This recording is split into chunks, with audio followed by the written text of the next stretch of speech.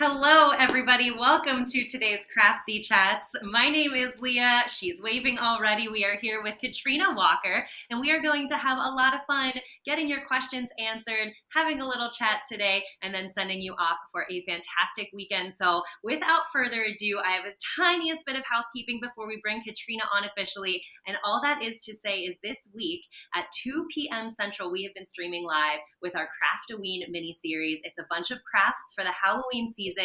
Every single one of them can be tweaked and played with a little bit. Our instructors are really, really fantastic at giving you suggestions for how to stretch these crafts, maybe for Thanksgiving, maybe even to tweak them into the Christmas holiday season as well. But Craftoween, a lot of Halloween fun we're having. We have our final live stream at 2 p.m. today, but all of those free patterns are available to you. I believe you can find the link for those in the description of today's video. So if you get a chance, check it out and join us at 2 p.m. Central for our final craft of the week. And that is going to be some stuffed peppers, I believe, shaped like pumpkins. So I'm looking forward to that myself. But before we do that, we've got to chat some sewing with Katrina. So Katrina, hello and welcome. How are you? I am well, thank you. I mean, any day you get to talk about sewing is a good day, right? Exactly. I know we've been looking forward to this. I'd like you to actually start a little bit. We may have some viewers that haven't met you yet.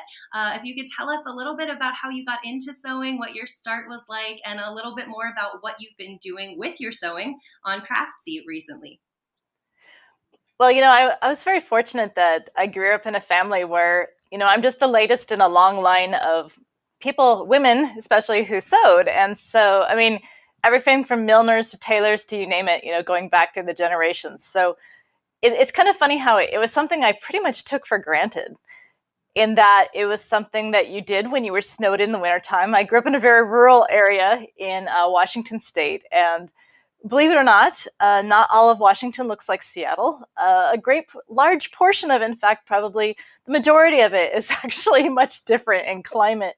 So we would actually sometimes get snowed in the wintertime, and so that's what you did. You sewed, you made things. So it was something I really took for granted and didn't take seriously until after I graduated from college, and I was working in investment banking, of all things, and I needed clothes for work, and I'm a bit of an Amazon, so it's not always easy for me to find things right off the rack, and so I needed cocktail dresses for closing dinners. I needed suits, I needed all these things, and so I would spend pretty much every moment I wasn't actually at work, I would spend sewing, and I realized it's like, I think I like this more than investment banking. And so when I left that career, I went into education, actually working with 4-Hers. So another great way that a lot of people learn how to sew is through 4-H. And so worked with 4-Hers and 4-H leaders, and then went to work in the fashion industry. Oh, and taught home ec in high school, although they call it family and consumer sciences these days.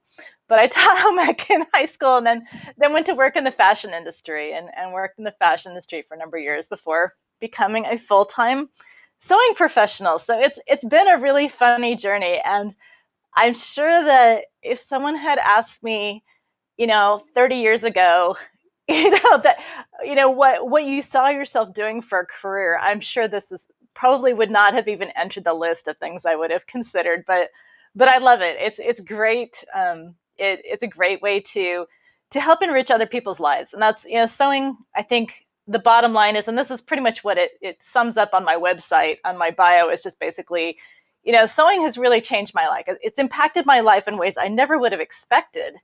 And so to be able to help share that with others and empower them to impact their lives in positive ways through sewing, I can't imagine anything better. Oh, well, thank you for that introduction, Katrina. We have Katrina with us for your questions today. So my main job is going to make sure that Katrina gets to hear all of the questions you have for her, and I'm going to draw your attention to the chat box. So that's where you'll drop all of your questions in. We also, like we've talked about already a few times, the sewing community is fantastic. There's often a lot of crowdsourcing that goes into the comment box. So even if you don't have a question, Sometimes it's worth just scrolling through because people like to add on to the answers that our instructors have and just kind of crowdsource some ideas. And it's always a really fun time. So you can go ahead and check out that chat box. If you would like to, you can just try it out by saying hello and letting us know where you're viewing from. We love to see how wide our community is of people that are tuning in. And there are a couple hellos and some questions in here already, Katrina. So I'm going Yay! to dig in right away. So let me scroll up. We had a couple people ready and excited. Hi, Suzanne. Hi, Eric. It was so nice to see you popping into the chat early. Sherry is saying good afternoon from Michigan. So welcome to everybody. Our first question is about one of the things you were explaining in your intro, Katrina. Jerry wants to know, what is 4-H? I always hear that. 4-H is a youth development organization that was instituted in 1901 as part of the land-grant university system. And so it's part of cooperative extension. So cooperative extension was a way for the land-grant universities, which were given the land by the government to establish these universities, and most of them have traditionally an agricultural side to them. We all have to eat. We still have to eat in this day and age, believe it or not. So agriculture is still important. And so 4-H was a way to help kids learn how to set goals for themselves, do record keeping. They would do every year, they would set projects for themselves, and they would track their progress through their project. They would track their expenses and any profits they made from their project. So basically teaching them how to be successful in life. I mean, all those skills that you need just to be a successful person in life. But what's really fun about 4-H is that, of course, it's evolved since 1901. It's not just cows, corn, and cooking, as they used to say, but it's a lot of things. And it's pretty much, you can do just about anything as a project. And it's a wonderful organization. If you want to really make a great impact in kids' life, it's a great organization to do as a volunteer. And here in Washington State, I was very fortunate to, again, run a 4-H program for a number of years and then remain as a volunteer and serve on the state fair board. And just to give you an idea how diverse it is, of course, I was very involved with clothing and textiles here in Washington State and helping with their curriculum, and was the state fashion review superintendent for a number of years, which I miss very much. I miss watching all my kids grow up, modeling their outfits they'd made every year. That was always a highlight. But I also was the livestock judging superintendent and helped coach the state livestock judging team, because I am a hick and I grew up in a rural, I may have graduated from Wellesley, but I am a farm girl. So it's a really fun organization. So at any rate, that's a 4-H is. It's a youth development organization through cooperative extension in the land-grant university system. All right, fantastic. That's really helpful. I do feel like we hear a lot about it, but not a lot of history behind it. So that's awesome. Thank you. We have Elizabeth next with our next question. Elizabeth says, I am also an Amazon and struggle with fit. I would love to know what course you could recommend for tops and skirts. Katrina, what do you think? Well, I don't have if you're talking about Craftsy courses, I don't really have them memorized, but I do believe that I'm a Palmer-Pletch, personally, I'm a Palmer-Pletch certified sewing instructor, specializing in fit. And so, of course, I would love to promote the fact that I do teach online classes as well, including fit live classes. So, of course, I'd love to have you join me. But in Craftsy, I do believe that my mentor, Patty Palmer, has fit classes teaching the Palmer-Pletch system, which is incredibly effective. That's why I've chosen it for my fit teaching platform as well. So on Craftsy, I would definitely check out the Palmer-Pletch classes. And I believe, like I said, I think Patty and her daughter Melissa, I believe both are involved with those. So I would highly recommend it. She has the latest edition of her book on fit is only a couple of years old, and it's fantastic. It's very easy to learn. She also has separate books on pants, fitting pants. Skirts are actually, believe it or not, the easiest thing to make. They are the easiest thing to fit. Most of the adjustments are done at the side seams, and there you go. It's lengthen the waistline so that you can actually set the waistline where it should be. You always need to level your hem at the waistline on skirts. That's something that people tend to put their waistband on and everything, and then they go and start hacking at their hem to make it level. That's not how it works. You can actually hem your skirt before you put your waistband facing on, or your waistband, and then you adjust at the waistline to level everything else. So there's your fit tip for the day on skirts is make sure you do your leveling at the waistline so that your skirt hem is always on grain. But I highly, highly on Craftsy recommend Patty Palmer's classes on fit, and she teaches it on camera. It's all starting to come back to me now. It's percolating the surface. But one of the things she's teaching in that class, for one thing, is how to fit yourself, and that's one of the hardest things to do. But teaching you how to have your full length mirror and your hand mirror, and make those adjustments and how to work with that tissue fitting. So strongly recommend that. All right. I think that also answers Connie's question as well. Looking for classes that you would recommend struggling with fitting. So hopefully, Connie, that is helping you out as well, pointing you in the right direction. I'm going to go to Beth's question next. A little more specific with fitting here. I have fake leather pants that fit great, but have a gap in the back. What is the best way to alter it, Katrina? Wow. Well, the challenge with making that alteration is to make it invisibly. What that means usually is basically you're built like me, probably. You probably have a very round booty, and you have what we call I hate this term, but a sway back. It curves inward. And so we always end up with that terrible little gap in the back, which drives me crazy. Sadly, the best way to get rid of it is make your own clothes. But when you can't do that, taking in that center back seam if you can, the biggest challenge is that usually you not only need to take it in, but ideally you would have a little fabric where you could raise that waistband or lower the waistband. But ultimately you need to look and see if, I don't know if these have a facing or waistband, taking in the center back seam, if is usually the easiest. I mean, technically you could also, you could take in the side seams too, but I prefer to do my alteration right there at the center back. But it's not an easy one. Depending on what the seam construction is on those pants, it is challenging sometimes to make it invisible. You can also try, depending on the construction, so if it looks like it's going to be too much of a pain in the neck to work with that center back seam, darts. If it doesn't already have darts, a dart on either side of the center back seam, about, let's say about a third of the way in, third of the way towards the side seams. If you put in a couple little darts, any of those things are going to basically pull that fabric, take out the excess distance there at your smallest point.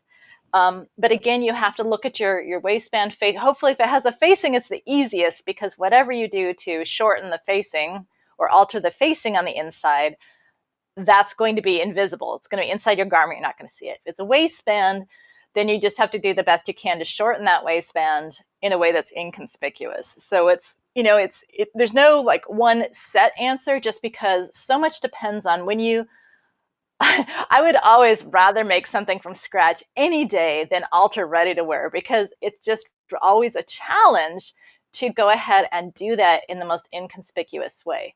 But I think, again, I'm thinking through the I've been a Craftsy instructor for a long time, so I'm thinking back through the ones at least I'm aware of back in the early days. I'm pretty sure, I think Angela Wolf might have one. I think it's called Tailoring for Ready to Wear. And I think it's about doing those kinds of alterations on already made clothing, because she had an alterations business, I think, before she went into sewing education. So that's kind of her thing. So I would definitely check that out too, because Angela might have a really great solution that I haven't thought of. But generally, I'm going to either go ahead and work with that center back seam, or put in a couple of very small darts on either side, just whichever one works best with my garment construction. So All right, I hope that helps. Very good luck with that. Yeah, you can see as I cringe, like, yeah. No, it can be done. It's just, it takes skill. It's a common problem for my pants as well. So I definitely feel you. Let's go to Nani's question next.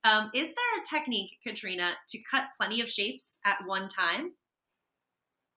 Plenty of shapes at one time. So you mean like for doing piecework, for doing quilting kind of thing, I'm guessing? And Nani, if you're still live with us, if there's something more specific you want to drop Yeah, in. can you clarify that? Yeah, I mean, cutting a lot of shapes at one time, like let's say, for example, for piecework, for quilting style projects, Actually, my husband and I were just talking about this last night.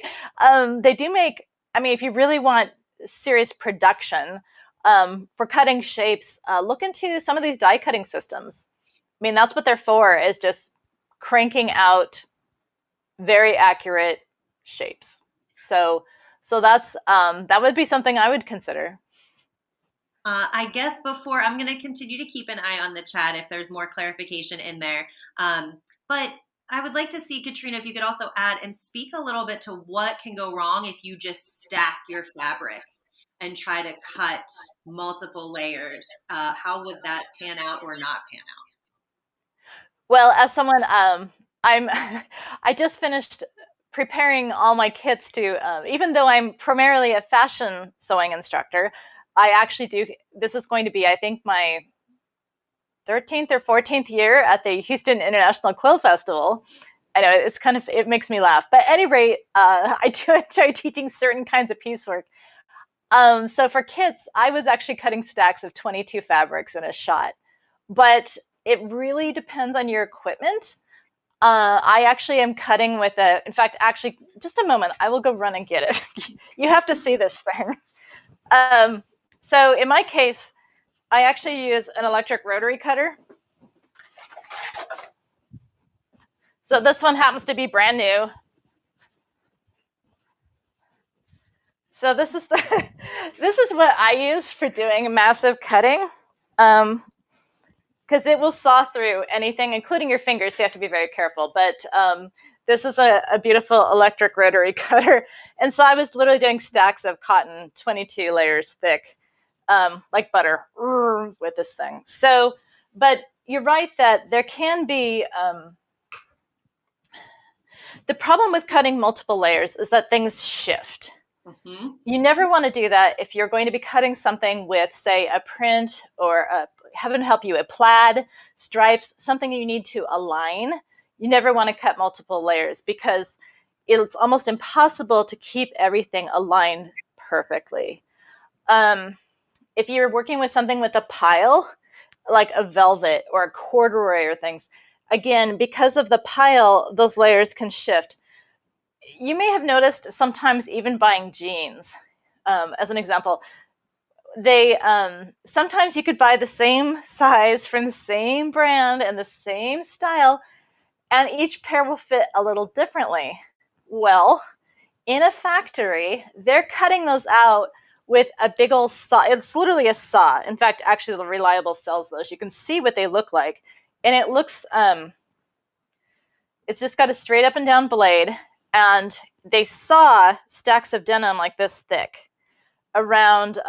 They'll use like a big old metal plate or similar, or they'll chalk the outline a lot of times on it, because when you use these heavy rotary cutters and things, it usually is easy. You can't really cut next to a ruler. You have to usually just chalk your outline. At any rate, so they're cut in a stack, and because they're cut in a stack, the edges sometimes will bow in or outward on that stack, and therefore the jeans will fit a little differently, each one. So because of the imperfect. Now, I'm sure these days more and more factories have things like laser cutting, which is more accurate. But yeah, the main thing is just that you can cut stacks of fabric, but you need to just be aware that it's not always the most accurate.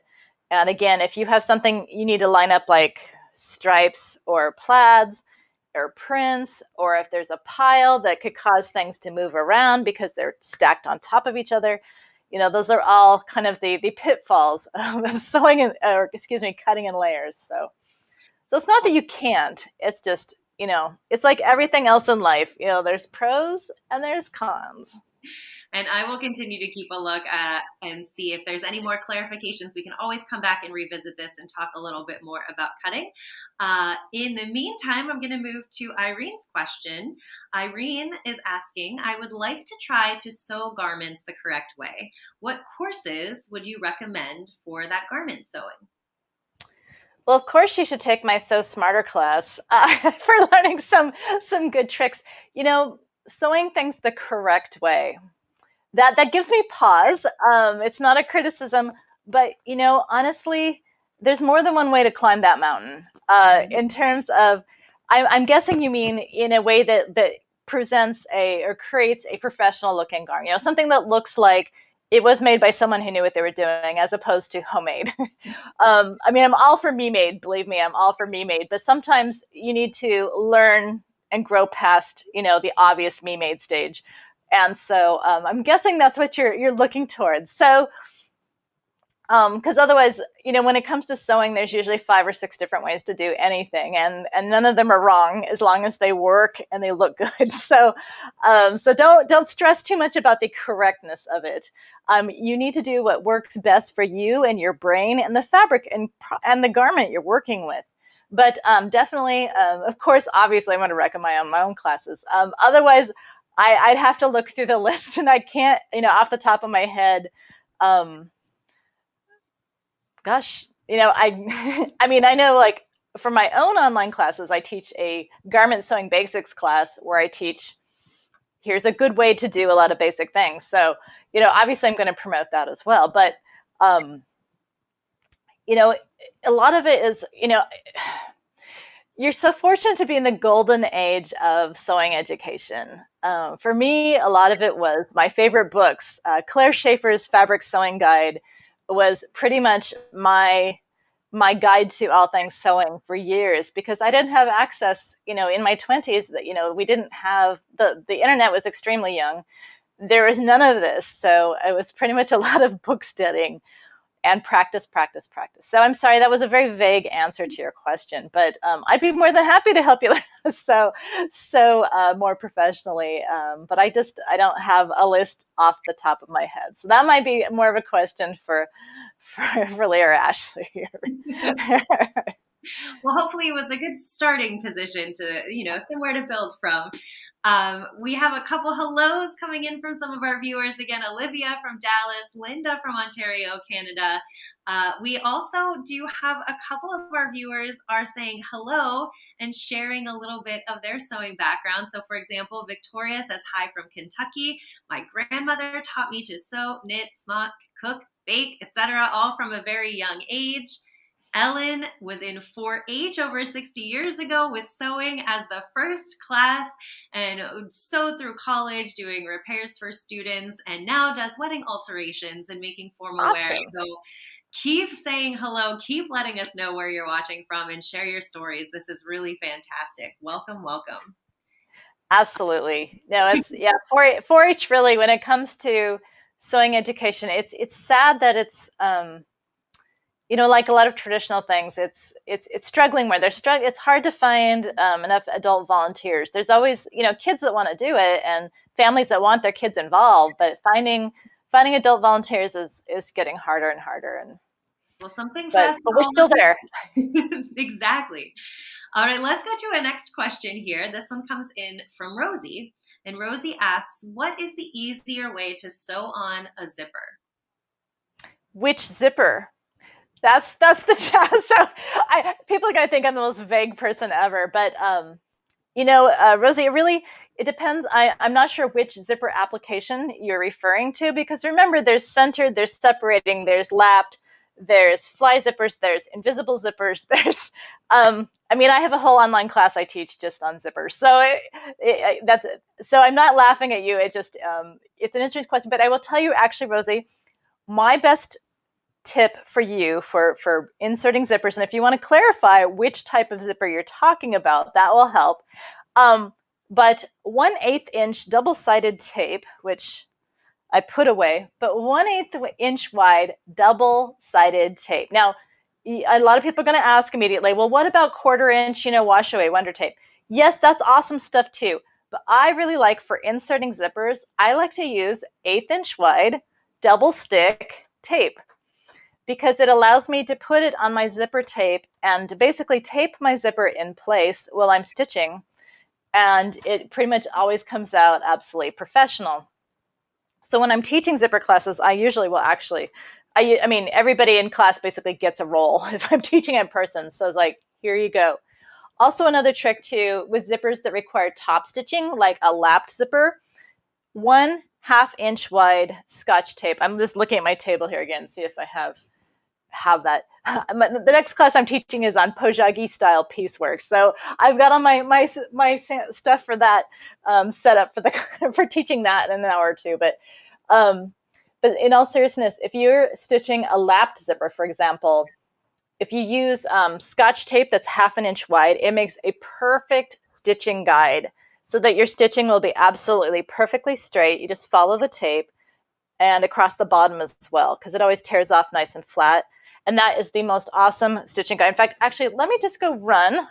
You can keep asking questions. I'm going to go run and grab that tape real quick. All right, while you're on your way to grab the tape, we have to say hello to Tavana from Buffalo, New York. And this is a good general question for you to talk about while you're looking too. Tavana wants to know, what do you like to listen to while you're sewing? I'm sorry, could you repeat that? What do you like to listen to while you're sewing? Ah, well, my favorite thing to listen to, because I guess I'm a giant nerd, is I usually will put on some sort of Jane Austen film. And, well, there's two things. Okay. Well, maybe three things. So actually, my favorite way to sew in it when I'm relaxed, when I'm not on deadline, my favorite way to sew is to put a Jane Austen film. And there's that old BBC version or older BBC version of Pride and Prejudice that's 6 hours long. That's really great because it's all dialogue anyway. And granted, you can sneak a peek at Mr. Darcy once in a while, but it's mostly dialogue. And so you can go ahead and for 6 hours you have entertainment. So this is my friends who know me well. They know that I have a pot of tea with my cream and sugar, and I have my Jane Austen, and I'm in my zone. That's my chill sewing zone. Otherwise, I'm listening to a lot of classic 80s and 90s alternative rock. I was heavily into radio in college, so a lot of my 80s and very fond memories, 80s and 90s alternative music. That's classic. I guess we call it now. It's called, I think, classic alternative. I'm a huge Crowded House fan, so I listen to that. Sometimes, if I don't want words, I will also go to Pandora has is it Lord of the Rings radio? Anyway, there's some stations on Pandora. I'm sure Spotify has something too, but I know on Pandora they have it's basically all they play is movie soundtracks. But I'll go for one that maybe it is Lord of the Rings radio that has all like these epic movie soundtracks. So it's kind of hard not to get in the rhythm and get things done when you've got Raiders of the Lost Ark or whatever all blasting behind you. So there's really three different ways that I go. I either have Jane Austen and I'm totally chilled out, or I'm moving along to my glory days, of high school and college back in the 80s and 90s, and then I'm either that or I'm epic movie soundtracks and pretending like this is some kind of life and death situation that this gets done. So it's one of those three. All right. Well, I think this is a great one to crowdsource in the comments too. So if you have something you like to listen Yeah. to, drop it in the comments and share so that we can all expand our playlists for all of our work that we're doing. Now, Dawn commented that Dawn loves to use tape for zippers as well. And I know that's what you were gathering up, Katrina. So Yep. I'll give you a moment to bring that to camera. So this is the 1/8 inch tape, and of course mine looks really ratty because it's in my drawer. But the hardest thing about using it is peeling it off. But it's double stick. You do have to remove it. You can't. This stuff is not meant to be kept in the project. But there it is again. Whoops! It's 1/8 of an inch wide, so very very skinny. When you put unfortunately, since I didn't anticipate this, my bin with all my zipper class teaching materials is above my head in my loft, but this really is it's the stuff, and it doesn't, whether it's an invisible zipper or a fly or whatever you're doing, the 1/8 inch tape just really allows you to securely stick it down, but it's still repositionable. So I know there's been, in the past, people have used what I would say fusible web to fuse a zipper in place before they stitch it, that sort of thing. That works really well too, but the problem is that once you fuse it down, you can't move it. With the 1/8 inch tape, you can put it outside your stitching area. I'm told it doesn't gum up if you stitch through it, but I prefer not to do that anyway. But this allows me to just put it where I want it. It doesn't interfere with my stitching. I just peel it back out when I'm done, but it allows me to have a lot more flexibility. So I love it. In fact, that's really the only thing I use it for is zipper applications, but it does an amazing job. It really does. I use fusibles and glue stick and all kinds of things for other, what we like to call quick sewing. I used to feel really guilty about cheating, as I saw cheating using glue stick. And of course, I was taught to, baste by hand and all that stuff. But then the sadly late but great David Page Coffin, former editor of Threads magazine, told me that he's like, "Oh, I use glue stick all the time," and I thought, well, if it's good enough for David Page Coffin, it's good enough for me. So then it released a lot of my guilt, and so I don't feel so guilty about the way I look at it is so many sewing techniques are just ancient. And well, I honor tradition. I have a degree in history. I love tradition. But the reality is that our machines, the tools we use, these kinds of notions, we've come a long way, sister. There's and brothers and siblings. We don't have to stick with, it doesn't all have to be done by hand. If you like doing it by hand, by all means, I applaud you. That's wonderful. Go for it. But the reality is that we have new tools and we have new notions and new ways to do things. And again, this is where so that's why I started squirming, the idea of sewing correctly, because to me, sewing correctly means, someone with a ruler weight, and I mean, I have friends that went to fashion school that are absolutely horrified if you do anything but, carefully hand based with silk thread, for every little thing. And it's like, I have to if I don't get things done by deadline, I don't get paid. And so as a professional seamstress, I just don't have time to sit there and fuss with everything. That's just not the way my world works. And so I have to learn more modern techniques and tools to get things done, but still have it be absolute highest quality construction. So you have to find that balance. I mean, obviously, I'm not advocating, I'm not saying glue your stuff together by any means whatsoever, but there's definitely a lot of shortcuts that thankfully modern technology has brought to us. So better living through chemistry. Oh my goodness, of course, of course. All right, Monique's got our next question here. So Monique says, I love the look and feel of rayon challis as well as ITY knit. Do you have any tips or suggestions on sewing with that kind of fabric and ITY knits so that it does not fall into the sewing plate? I absolutely do. My specialty is pretty much working with scary fabric.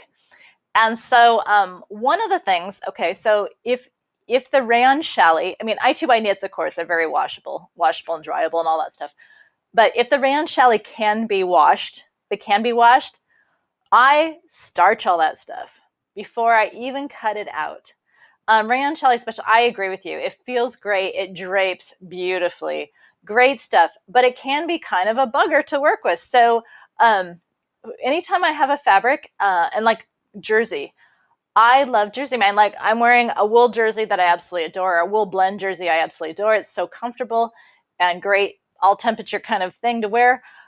But I really do. I mean, starch is really it's really our friend.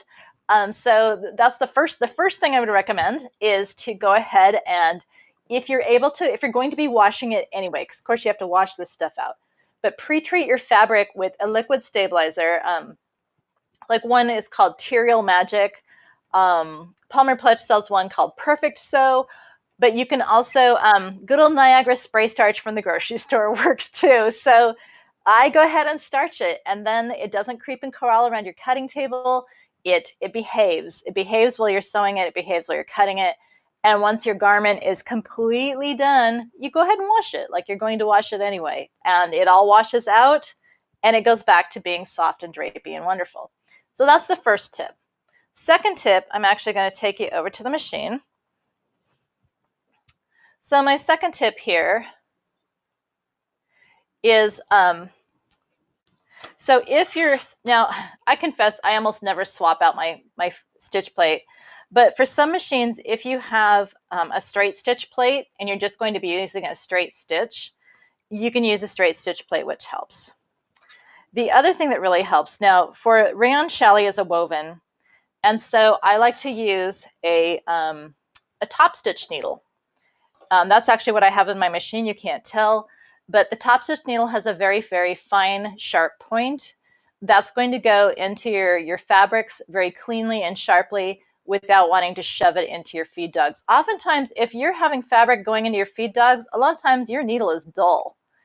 And so you need to do something about that. You need to change your needle. Most people just don't change their needles often enough. And when I mean often enough, I mean every project. Or if you sew with silk, I sew with a lot of silk. And as soon as that starts getting noisy, you'll start hearing this like, this popping sound. That means that your needle is dull. You need to swap it out. I realize that's $1 right there. Needles cost about $1 a piece. But do you really want to screw up a $20 a yard piece of fabric because of a $1 needle? That just doesn't make any sense to me. So change your needle. Now, ITY knits are, of course, a knit. And so you'll want to use a jersey needle. Or universal needles are usually okay for knits because they have a moderate ball point. Even though they say universal, they're usually okay for, cotton knits and things. You notice I don't sound super enthusiastic, but they're okay. Now, where a lot of people have troubles with the, I'm just getting my threads pulled up. Oh, a little bit more. I just threaded this, so my bobbin thread isn't showing. Let me just pull that up. There we go. So where most people have problems with their fabric going into their feed dogs is right at the beginning of a seam.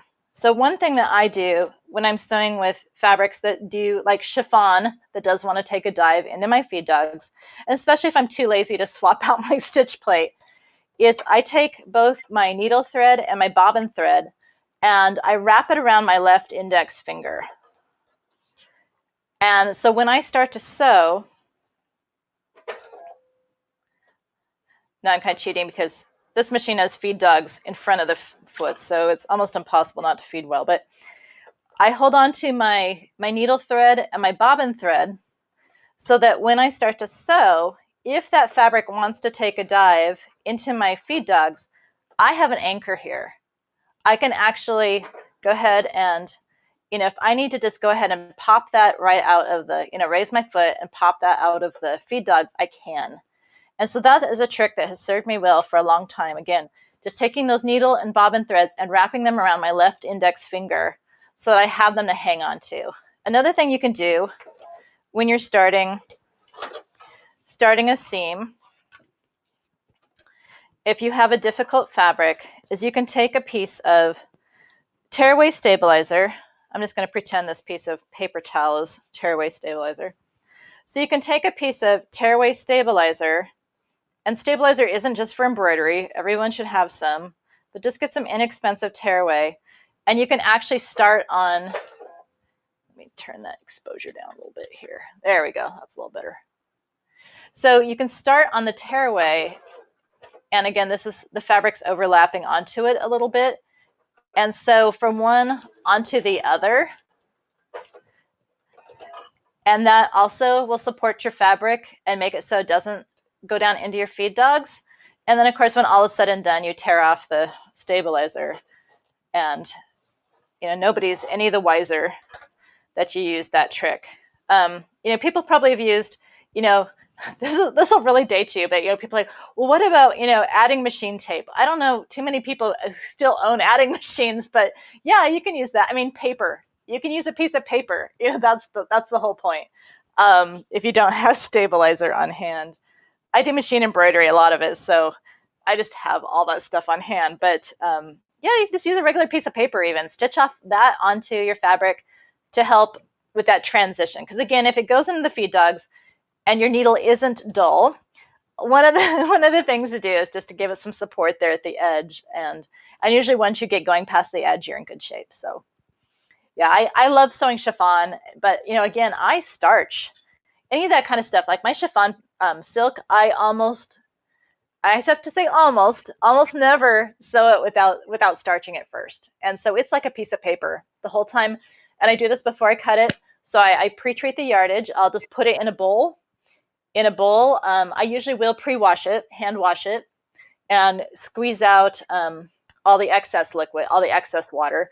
And I pre-treat it with a liquid stabilizer likeTerial Magic or Perfect So. And then I very carefully lay it out, or sometimes I can hang it. But I do make sure when I'm starching these fabrics, I do actually roll them up in an old towel before I lay them out or hang them up, because the one thing that can happen if you have dyes on the surface of your fabric, if you have any kind of loose dyes, and again, I'm working with silk a lot of times, and there, a lot of my silk comes from India, various places, and I have no idea what dyes they're using, and some of them aren't really that wash wash safe. And so I do roll up my starched fabric in an old towel before I hang it up, because what can happen is if it's still too wet, with the starch or anything, that excess dye can lift and then resettle. This is called swaling, is the official textile science term. So you can get swaling, and then you'll have these kind of stains, basically, from the dye resettling and reattaching itself to your fabric. So that's my only word of caution: is make sure that after you've gone ahead and thoroughly saturated your fabric with your starch of whatever kind, go ahead and make sure to get all the excess liquid out before you let it dry. And then once it's dry, so when I either lay it out flat or carefully hang it, depending on the fabric. If it's a knit, I don't hang it up because it'll stretch, right? You don't want that to happen. You don't want to let it deform while it's drying. I have a cutting table I can cover with plastic. Actually, my cutting table I can wash off, so I can just lay it on my cutting table. For some of you, you may need to put plastic down on the floor. I mean, I certainly cut out plenty of garments on the living room floor for many years, so we don't all have a sewing studio to work with. But if you can just put down some plastic and just let it dry, hopefully you don't have pets running through or anything, and you can then just steam press it, when it's dry enough to handle, and go ahead and make sure that you haven't tweaked the grain or anything. And then, like I said, you'll be amazed at how easy it is to cut and sew that stuff once it's been starched. So. All right, I'm going to break in here to give a couple of shout outs to some more of our viewers, but also we have about 15 minutes, give or take, left with Katrina. So if you've been hanging on to a question and you haven't put it into the chat box yet, now is the time. We're going to get to as many as we can before we have to say goodbye. But I am going to say some hellos to around the world. We've got Sonia watching from Norway. Hello, Sonia. You have found, Katrina, some fans of Jane Austen as well. Amethyst and Victoria love Jane Austen. We've got New Jersey, Aida in New Jersey. One of our viewers has shared Rosie is making a tote bag. This is also a great time to tell you, if you weren't here at the very top of the hour, our Craftoween mini-series does include a tote bag, and our fantastic team behind the scenes dropped the link to that pattern into our chat. So if you're interested in tote bags yourself, click on that link and see our Craftoween version that we have available. We've got Mary from Michigan, and wow, Cape Town, South Africa, El Marie, Christine in Alaska. Katrina, we've got people from all over. So this is really, really exciting. Thank you for spending time with us and watching today. Like I said, about 15 minutes left. We're going to ask as many questions as we can, and we're going to start with Christine's next. So Katrina, Christine wants to know if you have a list of all of your favorite basic patterns that you'd like to share. Wow. Favorite and basic for me are kind of a contradiction in terms, but okay. I'm kind of an addict of I'm completely enthralled, maybe that's a better word. I'm completely enthralled with Vogue designer patterns, and a lot of them are vintage. I can't tell you, I think I've spent the pandemic collecting Vogue patterns, basically, and going back through, and like one of my favorite blouse designers is Byron Lars. And Byron Lars did a bunch of beautiful, beautiful designs back in the 90s. And they're very feminine and just a lot of fun. And I love Alexander McQueen did a lot of designs for Givenchy back in the day. And I didn't collect all of them back in the 90s because I was very, very poor during parts of the 90s. And so I wasn't always able to collect all the patterns I wanted. So I'm going back and getting all the ones that I missed or that I couldn't afford at the time. So I love all the Alexander McQueen things they did, and it's not obvious that it's. You have to kind of know it; those were his, but a lot of those Givenchy patterns. Um, I'm obsessed with details. One of my craftsy classes is called Decorative Seams, which is a horrible name, but it's really a great class because it's all about the details and it's all about taking any pattern, no matter how simple it is, and using different types of seaming, decorative seaming techniques, inserts, and things to tweak them. And so you get a different. You could use the same exact pattern every time and get a different look. So I'm trying to think. As I'm rambling on, I'm thinking like, okay, basic patterns. Um, oh, well, actually, the pattern I'm wearing. So this is from Christine Johnson. That's Johnson, Jonson. She's based out of Michigan, I believe. At any rate, this is her princess. It's her princess wrap. I have to adjust it, of course, here. But this is her princess wrap. I really like it because it's comfortable. I like princess seam patterns. For my microphone, V-necks and wrap necks work really well for my microphone. So that's pretty much what I'm stuck with wearing on camera these days. And so I've made a ton of these because they work well on camera and they're comfortable. So this is, again, Christine Johnson. I think it's called the Princess Wrap. So this is probably one of my number one favorites. Also, my friend Pamela Leggett of Pamela's Patterns, she has she calls it the perfect t-shirt, and that is my go-to t-shirt pattern. So for regular t-shirts like scoop necks and that kind of thing, that's another basic pattern. I mean, for knitwear, that's where like my basic favorites are, is all the knitwear. But Pamela's Patterns, her perfect t-shirt. This is Christine Johnson's wrap. Like I said, I've probably made 10 of these in the last year.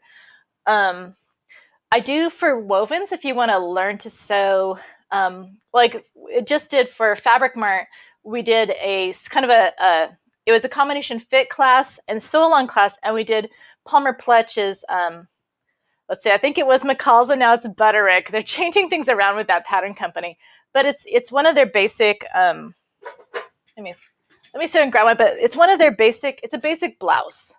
And it doesn't have a collar and a stand. It actually has a kind of a fold back lapel type collar. But that's very straightforward. What I like about the Palmer Pletch patterns is if you're learning to fit, the pattern instructions have really detailed information on how to adjust the pattern for fit, which is incredibly helpful. It also has the markings on the patterns themselves.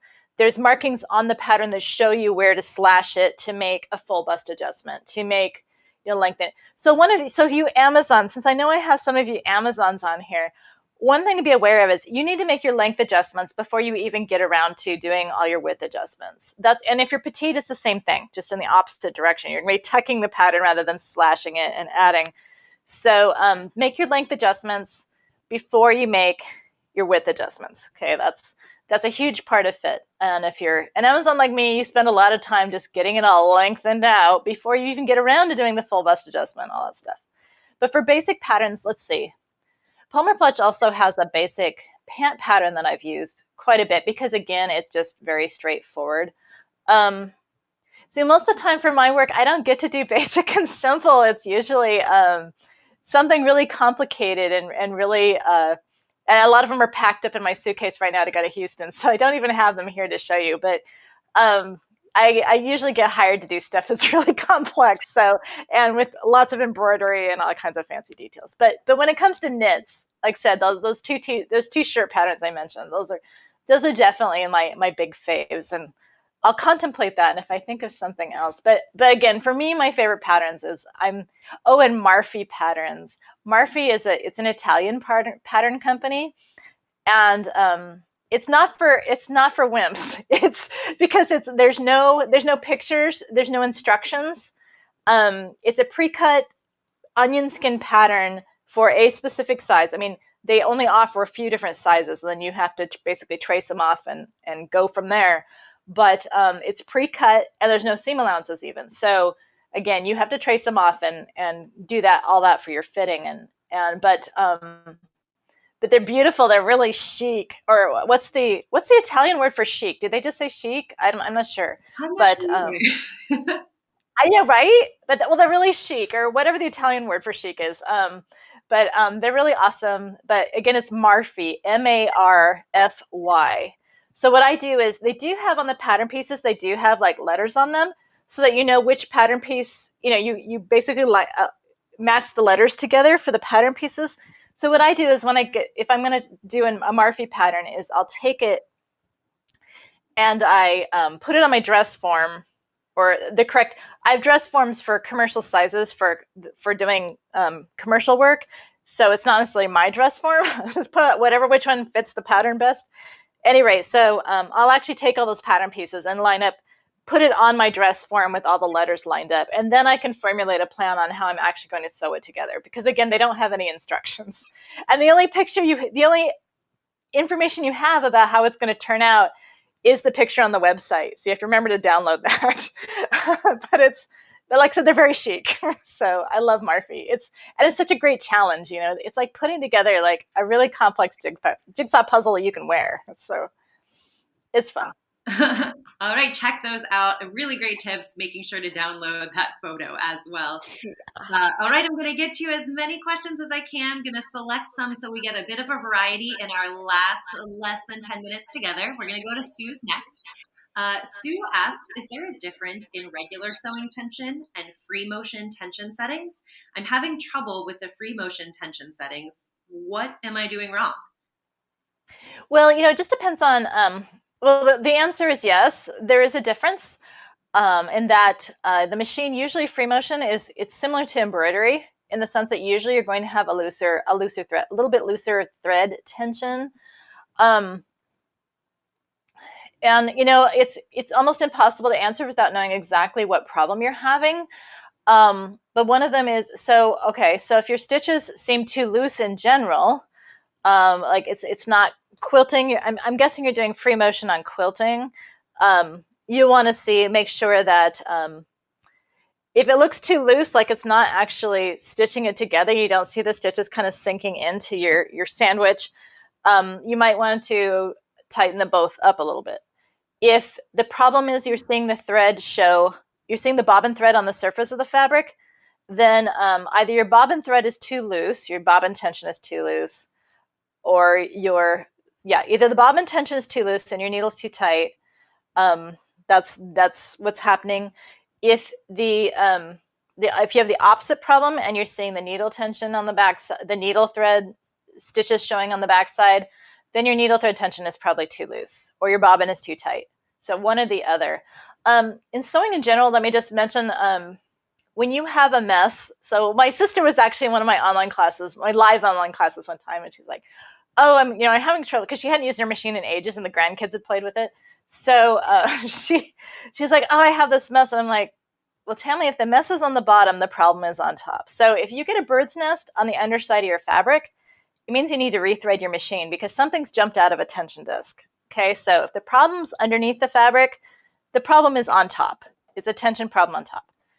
If the bird's nest, the mess is on the top of the surface that you're sewing on, the problem is the bobbin tension. So I'll just throw that out there. I know we got more questions to do, so I won't spend too much time, but there's a quick tip right there for tensions in general. All right, we will jump to Mary's question next, and Mary is from Michigan.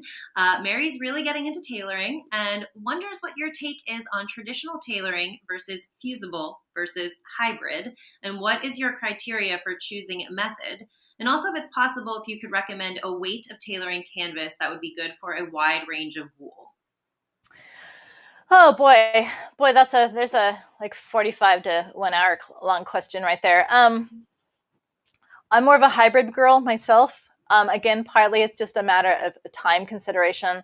It's much faster to use fusibles, at least to some extent. And the thing about traditional tailoring methods and using your canvas, horsehair, and that sort of thing is that you have to, it works best with wools. Okay, so one of the challenges is, first of all, what fashion fabric are you using? So what fashion fabric are you using? What silhouette are you using? So, traditional hard tailoring, it may come back. I mean, those styles from the 80s and early 90s, they may come back. In which case, we're going to see a lot more hard tailoring. We're going to see a lot more built out shoulders. We're going to be seeing, even sometimes some of the drop shoulders and things. I just got a Issey Miyake vintage pattern the other day that has dropped shoulders and like massive tailoring. Well, it takes a lot of structure, a superstructure sense, to hang that fabric on to make it look right on your body. So that's where I'm going to go. So in terms of, and another thing to be aware of. So a lot of people are really down on, they're really down on fusibles. I'm not, partly because frankly, we've come a long way. Again, it's not the 60s, it's not the 70s, or even the 80s anymore when it comes to interfacing technology.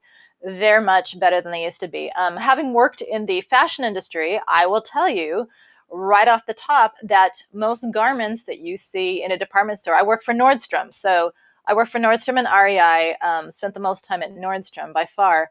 And one thing I learned pretty much my first week there was that, those fabrics that you see in their tailored jackets and things, they come with, how do I put this?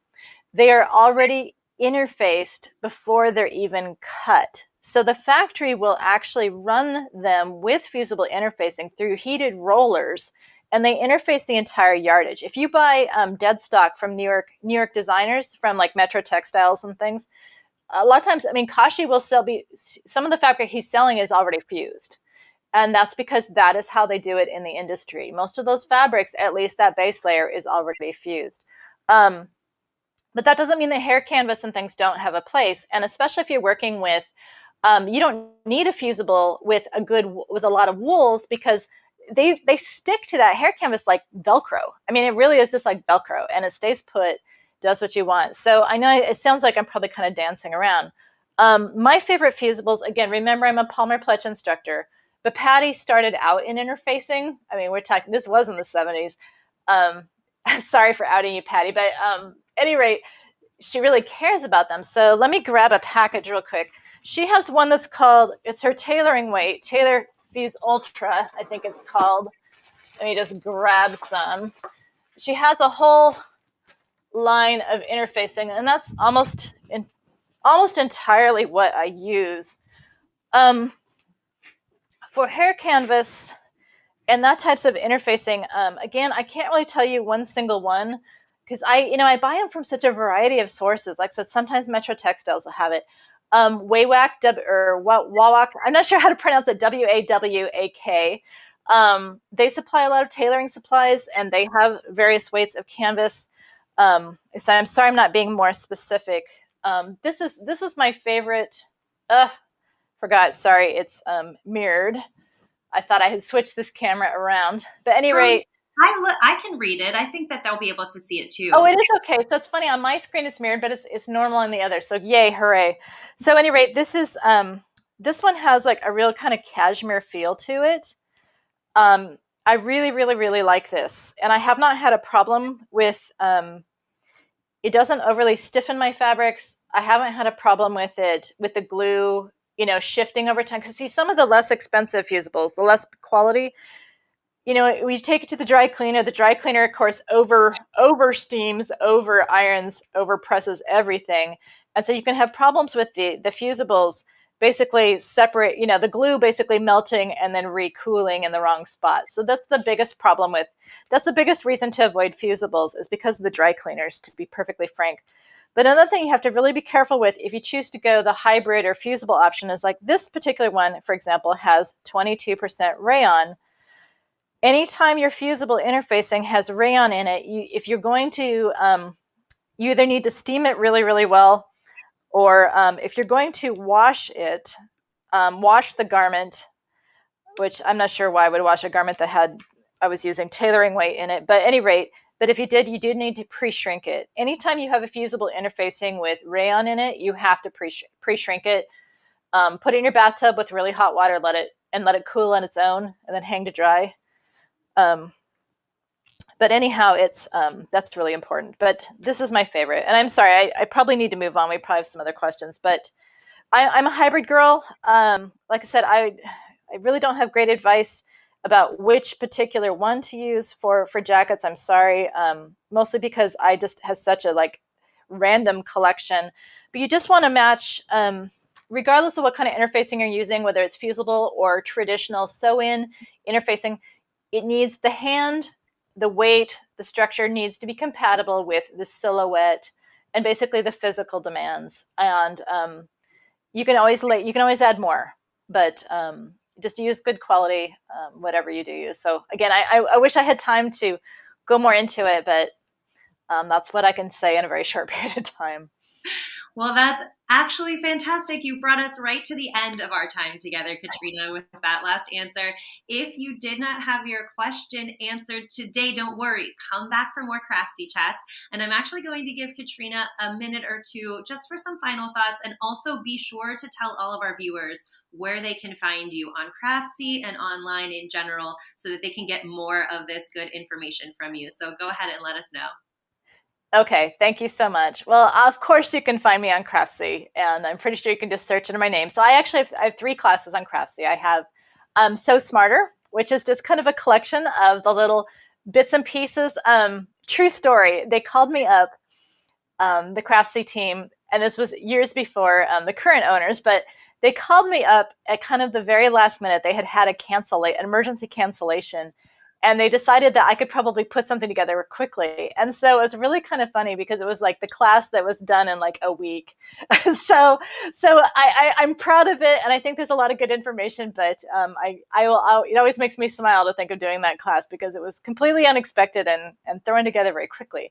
But decorative seams is probably my favorite class. It was actually the first Craftsy class I filmed. I think it's great for anyone who just wants to add a lot of style to their sewing. Again, you don't have to sew anything difficult. It just adds a lot of style. And then I have a machine embroidery class, embroidering on denim. So that's all my Craftsy classes, those three. Online, katrinawalker.com is my website, and you can sign up for my newsletter so that you can know when I'm teaching, where I'm teaching. Apart from Craftsy, obviously there's links to my Craftsy classes from the website, of course, and any other classes I'm teaching. So that's really, my website is really the best. Um, I try to keep everybody up to date on, via my newsletters. So that's how I prefer to communicate. But just, for all of you, no matter what you're sewing, just keep going. Everyone makes mistakes. I say as professionals, we make bigger mistakes faster than you, and that's our biggest our biggest gift. And because we make mistakes like you do, we have to learn how to fix them and how to teach you to avoid them and fix them too. So don't ever let people think, oh, I'm just not good at this. Sometimes with sewing, and it's not true. Sometimes it's not even you. Sometimes the pattern is poorly designed. Sometimes the fabric is just so, keep it up. Just keep sewing. And again, I'm so happy for you. You just like being able to sign on to this chat. You're in the golden age of sewing education, and there's nothing you can't learn how to do. And there's so many of us teaching online that it's just I envy you. I wish I could go back in time sometimes and have all this for myself. So I'm really happy for you that you have all these wonderful, wonderful, wonderful educational tools at your disposal. Oh, those are fantastic final thoughts, Katrina. I have to say thank you so much for joining us today and answering all of these questions. And I also have to say thank you to all of you that are viewing. Thank you for joining us for today's Craftsy Chat. Like I said, there will be so many more, so keep an eye on your emails, on the schedule for any updates so that you can join in for the next one. We would love to see you there. And a reminder, if you're interested in any of our Craftoween free patterns, that link is available for you in the description of today's video. We are doing our final live crafting at 2 p.m. Central. You can go back and check out any of those patterns and any of those previous viewings as well. You can replay them for yourself at your own time. So on behalf of Katrina, Craftsy, and all of the viewers that joined us today, thank you so much. My name is Leah. Until we see you the next time, happy crafting.